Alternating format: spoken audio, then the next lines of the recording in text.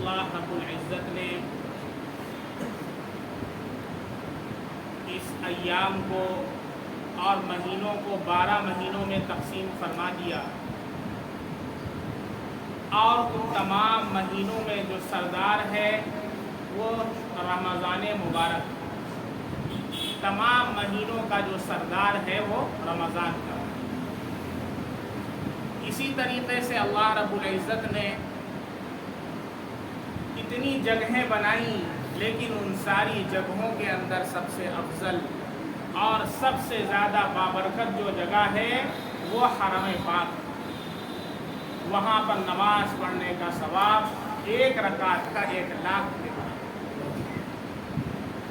راتیں تو اللہ نے بہت سی بنائی، لیکن ان راتوں میں سب سے افضل رات کون سی ہے؟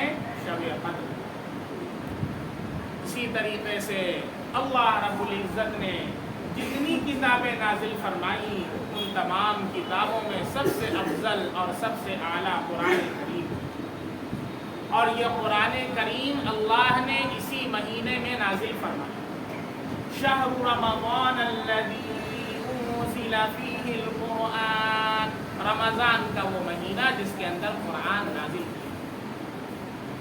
یہ مہینہ اس قدر بابرکت مہینہ ہے، اس قدر رحمت والا مہینہ ہے کہ اللہ رب العزت نے اس مہینے کے اندر 3 عشرے بنائے۔ 3 عشرے یعنی 1 عشرہ 10 دن کا ہو، تو 3 عشرہ، پہلا جو عشرہ ہے 1 رمضان سے 10 رمضان تک، وہ رحمت والا عشرہ ہے، اس میں اللہ کی رحمتیں برستی۔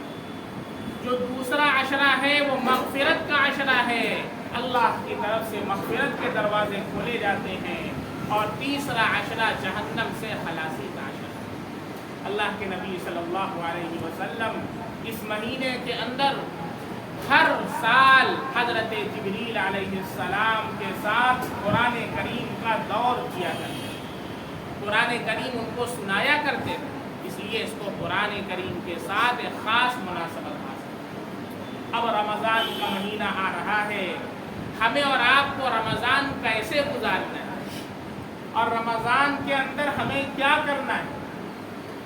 بہت سے لوگ یہ سوچ رہے ہیں کہ اب رمضان آ رہا ہے، پکوڑی کھائیں گے، دہی بڑا کھائیں گے، اور سحری کے اندر خوب تری سے اپنے پیٹ کو بھر لیں گے، اور اتنا بھر لیتے ہیں کہ تری، اور پھر اس کے بعد جلیبی، اور پھر اس کے بعد ملائی، اور پھر پراٹھا، اتنا بھر لیتے ہیں کہ وہ شام تک کچی ڈکاریں ہی آنے لگتی، اور اتنی ڈکاریں آتی ہیں کہ جتنا غیر رمضان کے اندر نہیں آتی، چونکہ یہ ڈر ہوتا ہے کہ کہیں بھوک نہ لگ جائے، اس لیے ایک پراٹھا اور ٹھوس لو، کہیں پیاس نہ لگ جائے اس لیے ایک گلاس پانی اور پی لو۔ بھائی کتنا منٹ، ابھی 1 منٹ ہے، لا 1 گلاس پانی پی لو، اور اتنا پی لیتے ہیں کہ وہ پورے دن نکلتا رہتا ہے تھوڑا تھوڑا، اور مسائل پوچھتے رہتے لوگ، مفتی صاحب کچی ڈکار آ گئی، روزہ ٹوٹ گیا کہ بات کافی۔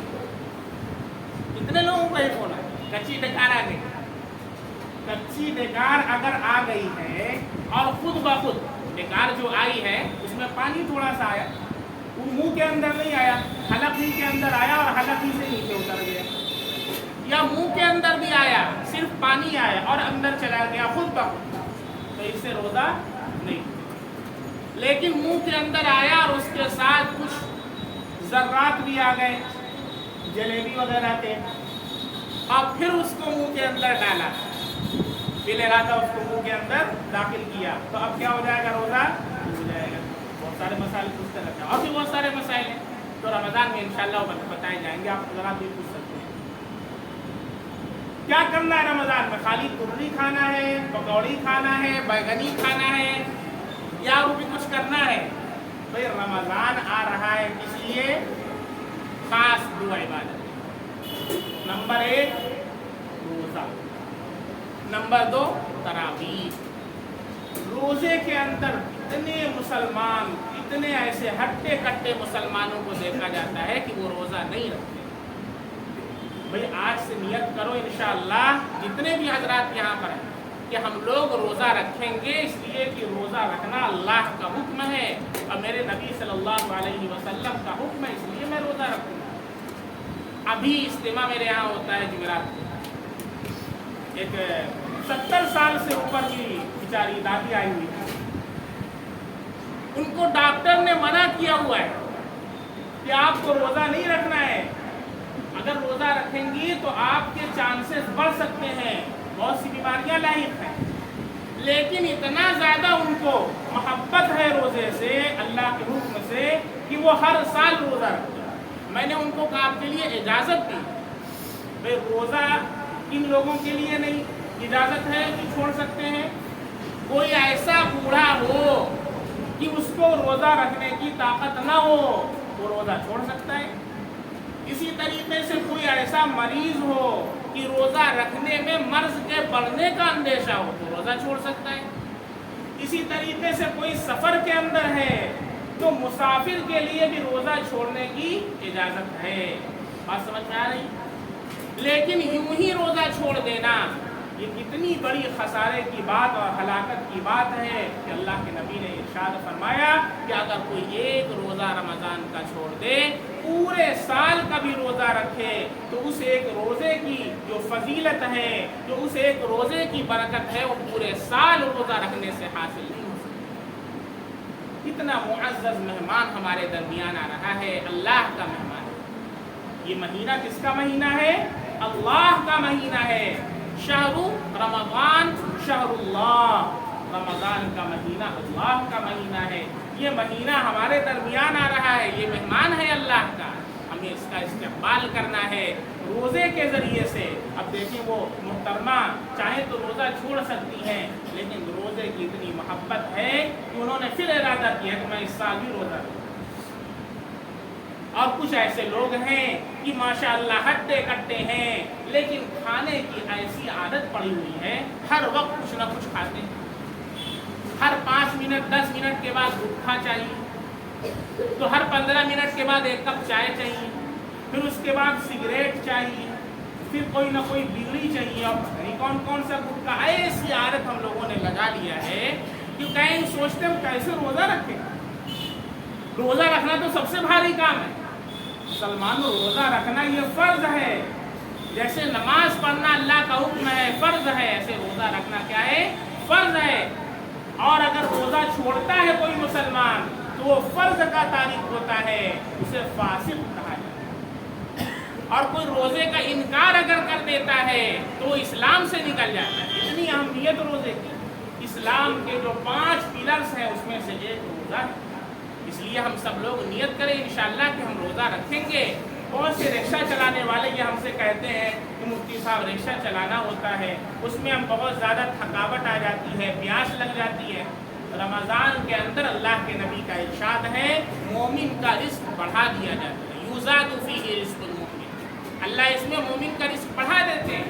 آپ کسی بھی گھر چلے جائیں الحمدللہ رمضان کے اندر ہر مومن کے گھر میں دوسرے دنوں سے بمقابلہ زیادہ آئٹمس ہوتے ہیں افطار کے اندر۔ آپ دیکھ لیں وہ کتنا غریب ہوگا، لیکن 2-4 آئٹم تو اللہ تعالیٰ اس کا سامان کر ہی دیتے ہیں، یہ اللہ کی طرف سے انتظام ہوتا ہے۔ اس لیے تھوڑا سا کم کام کر لیں گے ہم رمضان کے اندر وہ چلے گا، لیکن ہم روزہ کو نہیں چھوڑ سکتے، کیونکہ ہم مسلمان ہیں، ہم روزے کو نہیں چھوڑ سکتے ہیں۔ اس لیے نیت کریں، جو لوگ ابھی تک چھوڑتے آئے ہیں وہ بھی نیت کریں کہ انشاءاللہ اس سال ہم رمضان کا روزہ رکھیں گے، اگلے سال کس کو رمضان ملتا ہے کس کو نہیں ملتا۔ دوسرا جو اس مہینے کی جو دوسری خاص عبادت ہے وہ کون سی ہے؟ تراویح کی۔ اس کے اندر بھی بہت سی کوتاہی پائی جاتی ہے۔ بہت سے حضرات 4 دن 5 دن تراویح پڑھ لیتے ہیں اور پھر اس کے بعد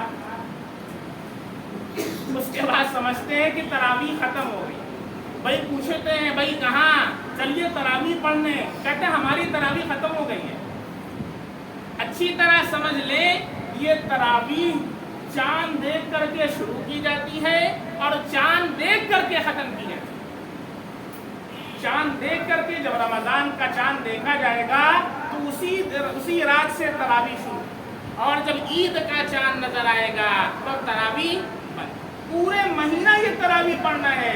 ہمارے نبی صلی اللہ علیہ وسلم اور صحابہ کرام اور تابعین تبع تابعین تمام لوگ پڑھا کرتے پابندی کے ساتھ. حتیٰ کہ اللہ کے نبی صلی اللہ علیہ وسلم نے جب جماعت کروائی ہے تراویح کی، اس قدر کثرت ہو گئی کہ لوگ مسجد میں نہیں آ پا رہے تھے، باہر سب. دوسرے دن اور کثرت ہو گئی، تیسرے دن اور کثرت ہو گئی. اللہ کے نبی صلی اللہ علیہ وسلم کو یہ اندیشہ ہوا کہ کہیں یہ تراویح کی نماز فرض نہ قرار دی جائے. مسلمانوں کی رغبت دیکھ کر کے، صحابہ کا شوق دیکھ کر کے، اتنی صحابہ کے اندر محبت تھی، اللہ کے نبی صلی اللہ علیہ وسلم تشریف نہیں لائے پڑھانے کے لیے. کیوں؟ اللہ کے نبی صلی اللہ علیہ وسلم کی شفقت تھی ہم لوگوں کے ساتھ کہ اگر فرض قرار دے دی جائے گی پھر کوئی مسلمان چھوڑے گا تو بہت بڑا گنہگار. اس لیے اللہ کے نبی صلی اللہ علیہ وسلم تشریف نہیں لائے. حضرت عمر فاروق رضی اللہ تعالیٰ عنہ نے حضرت ابی بن کعب رضی اللہ عنہ کو امام بنایا اور کہا سارے لوگ ان کے پیچھے تراویح کی نماز پڑھیں. اس لیے کسی کو تراویح نہیں چھوڑنا ہے اور پورے مہینے پڑھنا ہے. اور یہ جو ہم لوگوں نے معمول بنا لیا ہے 4 دن والا 5 دن والا، مسلمانوں ایک مہینہ تو ملتا ہے قرآن سننے کا، ایک مہینہ ملتا ہے نا پورے سال کے اندر. کیوں نہیں آپ پورے مہینے قرآن آرام سے سنیں؟ بھائی مہینے میں 30 دن قرآن کے 30 پارے اور 27 کی شب میں ختم کرنا مستحب بھی. چنانچہ حرم پاک کے اندر آپ دیکھیں روزانہ 1 پارہ سوا پارہ سے زیادہ نہیں پڑھا جاتا. حرم کے اندر 1 پارہ سوا پارہ سے زیادہ نہیں ہوتا ہے. اور وہ کتنی دیر میں پڑھا جاتا ہے؟ 3 گھنٹہ سوا 3 گھنٹے کے اندر. جیسے نماز کے اندر امام صاحب پڑھتے ہیں آپ اچھی طرح اس کو سمجھ لیتے ہیں، اسی طریقے سے تراویح کے اندر بھی قرآن پڑھا جاتا ہے تاکہ مقتدی بھی اچھی طرح سمجھے اور امام صاحب بھی. اب یہاں گھسیٹ کر کے ایسا قرآن پڑھا جاتا ہے اور ایسے امام صاحب کو لایا جاتا ہے کہ حافظ ریل بن جائے اور ایسا گھسیٹا مار دے کہ 15 منٹ میں ایک بارہ. ارے کیا حافظ صاحب، ارے ماشاءاللہ لیجیے 1000 روپیہ 2000 3000 4000 مالا اوپر سے لے لیجیے. یہ مذاق بنا کر کے رکھا ہے قرآن کا ہم لوگوں نے، یہ کھلواڑ کیا جا رہا ہے قرآن کے ساتھ. یاد رکھیں، مسئلہ سن لیں، اگر کوئی ایسا حافظ نہ ملے جو اطمینان سے پڑھنے والا ہو، ترتیل تجوید کی رعایت کرتے ہوئے اطمینان کے ساتھ قرآن کریم کے حروف کو صحیح طرح اگر نہ ملے تو سورہ تراویح کا پڑھنا افضل ہے. ایسی تراویح کے پڑھنا اس میں نہ پڑھنے والے کو ثواب ملتا ہے نہ سننے والے کو، بلکہ سارے کے سارے گنہگار ہوتے ہیں. اس لیے آپ حضرات ایسے تراویح کے اندر شرکت کرنے سے بھی بچیں کہ جس کے اندر گھسیٹ کر کے قرآن پڑھا جاتا ہے اور کچھ سمجھ میں نہیں آتا ہے. کیا فائدہ ایسا قرآن پڑھنا اور سننے سے جس کے اندر گناہ ہی گناہ ملتا ہے، پڑھنے والا بھی گنہگار، سننے والا بھی گنہگار. اس لیے پہلے دن حافظ صاحب سے کہہ دیں آپ حضرات کہ ہم لوگوں کو کوئی جلدی نہیں ہے، پورے رمضان تراویح ماشاءاللہ پڑھنا ہے. آپ پورے تراویح پڑھتے ہیں کتنا منٹ لگتا ہے؟ ارے آدھا گھنٹہ لگتا ہے کم سے کم. آپ ایک پارہ پڑھیں، میں ایک پارہ پڑھاتا ہوں. الحمدللہ 27 کی شب میں مکمل ہوتی ہے مسجد بلال کے اندر تراویح. ایک رکعت میں ایک سفر، بس بوڑھا بھی پڑھ لے، جوان بھی پڑھ لے، بچہ بھی پڑھ لے. اور سب لوگ کہتے ہیں کہ الحمدللہ پتہ ہی نہیں چلتا کیسی تراویح ہوتی، اور مزہ آتا ہے اور لطف آتا ہے. بلکہ میں نے مکمل کیا 27 کی شب میں تو دادا کہنے لگے کہ آج بھی آپ قرآن پڑھیے 28. میں نے کہا سورہ تراویح پڑھ لے کہ نہیں، آج بھی قرآن پڑھیے، ایک بار اور پڑھ دیجیے. اتنا مزہ آتا ہے سننے. اور یہاں تو لوگ یہ دل میں لیے رہتے ہیں کہ کب امام صاحب رکوع میں جا رہے ہیں. بھئی ایسا قرآن سننا کہ آپ کا دل یہ چاہے کہ بس اب بند کر دیں، ایسا سننا آپ یہ بتائیں کہ اس سے ثواب ملے گا؟ قرآن کریم کو اس طرح سننا چاہیے. اس لیے یہ جو خرافات ہمارے درمیان ہو رہی ہے اور ساری مساجد کے اندر یہ خرافات ہو رہی ہے اور ہم لوگ اس کے باعث ہیں، کیونکہ ہم لوگ اس کو شاہ دیتے ہیں. پہلے دن امام صاحب نے ختم کیا 9:45 پہ، گھڑی پہ ہماری نگاہ گئی، وہ بڑی سوئی کہاں ہے؟ 9 پہ، بڑی سوئی 9 پہ. کل دیکھیں گے نمازی میں اٹھا کے دیکھ رہے گھڑیاں کہاں ہیں. کوئی سامنے اگر گھڑی نظر نہیں آ رہی ہے، اگر ہمارا بس چلے تو ہمارے ایک تماچا وہ بیچارہ باہر چلا جائے کہ کیسے یہ سامنے گھڑی کیا جا رہا ہے. ہر رکعت میں گھڑی سامنے. اور 9 پہ اگر سوئی چلی گئی اور امام صاحب کی رکعت 20 مکمل نہیں ہوئی ہے تو ہمارے اندر جوش پیدا ہو جاتا ہے، خون جوش ماننے لگتا ہے، اور ہم یہ سوچتے ہیں کہ کس طریقے سے امام صاحب ختم کر دیں، اور جیسے ہی ختم کرتے ہیں باہر جا کر کے کوئی سگریٹ پینا شروع کرتا ہے، اور پھر ہم آج کھینچ دیں امام صاحب، آج تو کھینچ دیں۔ ارے کیا ہو گیا بھائی، کیا ہو گیا؟ ارے کھینچ دیے آج، ارے کیا ہو گیا؟ ارے 5 منٹ زیادہ ہو گیا۔ اللہ کے بندو 5 منٹ شکر کرو اللہ کا کہ اللہ نے تمہارے سجدوں کو اپنے دربار میں قبول کر لیا۔ اس پر افسوس کرتے ہو، ماتم کرنے کی ضرورت ہے ایسے لوگوں کی سوچ کے۔ اس لیے اس سال فیصلہ کریں انشاءاللہ کہ ہم سنت کے ساتھ، مستحب کے ساتھ تراویح پڑھیں گے، اور اس طرح ایسے امام کو لائیں گے جو اچھی طرح تراویح پڑھائے۔ اور یہ بھی مسئلہ سن لیں کہ قرآن کریم کی خرید و فروخت نہ ہو مسجد کے اندر، قرآن کریم کی خرید و فروخت نہ ہو۔ قرآن کہتا وَلَا تَشْتَرُوا بِآيَاتِي ثَمَنًا قَلِيلًا، میری آیتوں کو چند کوڑیوں کے عوض نہ بیچو نہ خریدو۔ یہ یہودیوں کے علماء کا کام تھا جو قرآن کریم اپنے تورات و انجیل کو بیچ کر کے پیسہ لیا کرتے تھے۔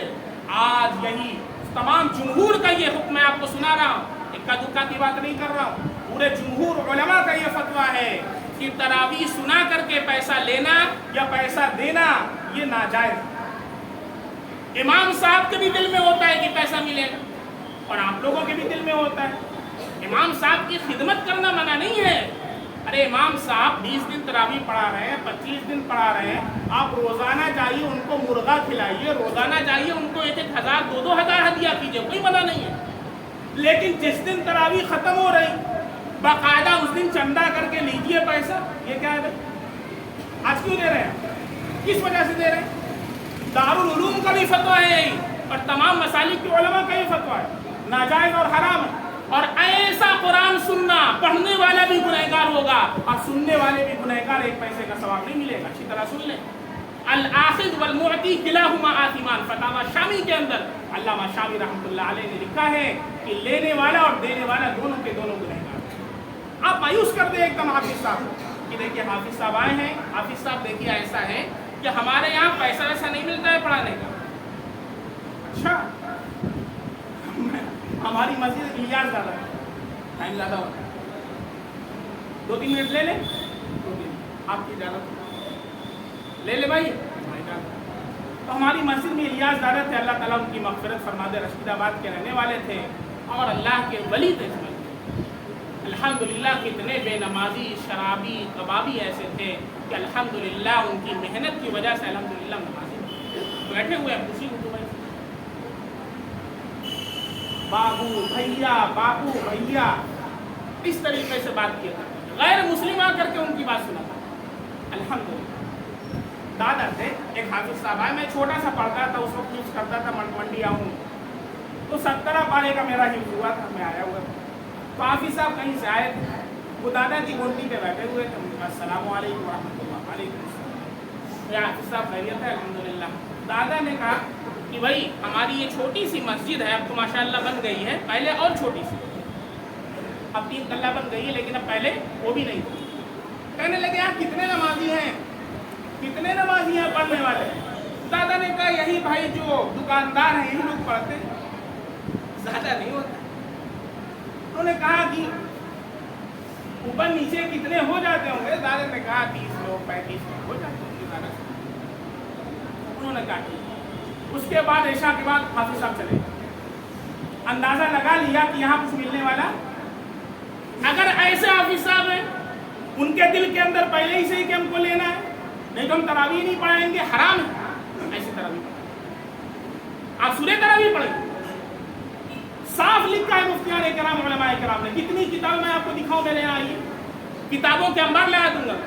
اکا دکا جو لوگ کہتے ہیں ان کی بات اسی طریقے سے کل عدم ہے کہ جیسے کوئی جمہور کے مسلک سے ہٹ کر کے کوئی بات کہتے ہیں۔ کچھ لوگ مفتی ظفر علی خان کا حوالہ دیتے ہیں، مفتی ظفر علی خان صاحب تو اسٹرابیری کو مکروہ کہتے ہیں، اسٹرابیری ہے نا، اس کو مکروہ بولتے ہیں، اس کی کوئی حقیقت نہیں ہے۔ سارے لوگ کہتے ہیں کہ ان کے اس فتوے کی کوئی حقیقت نہیں۔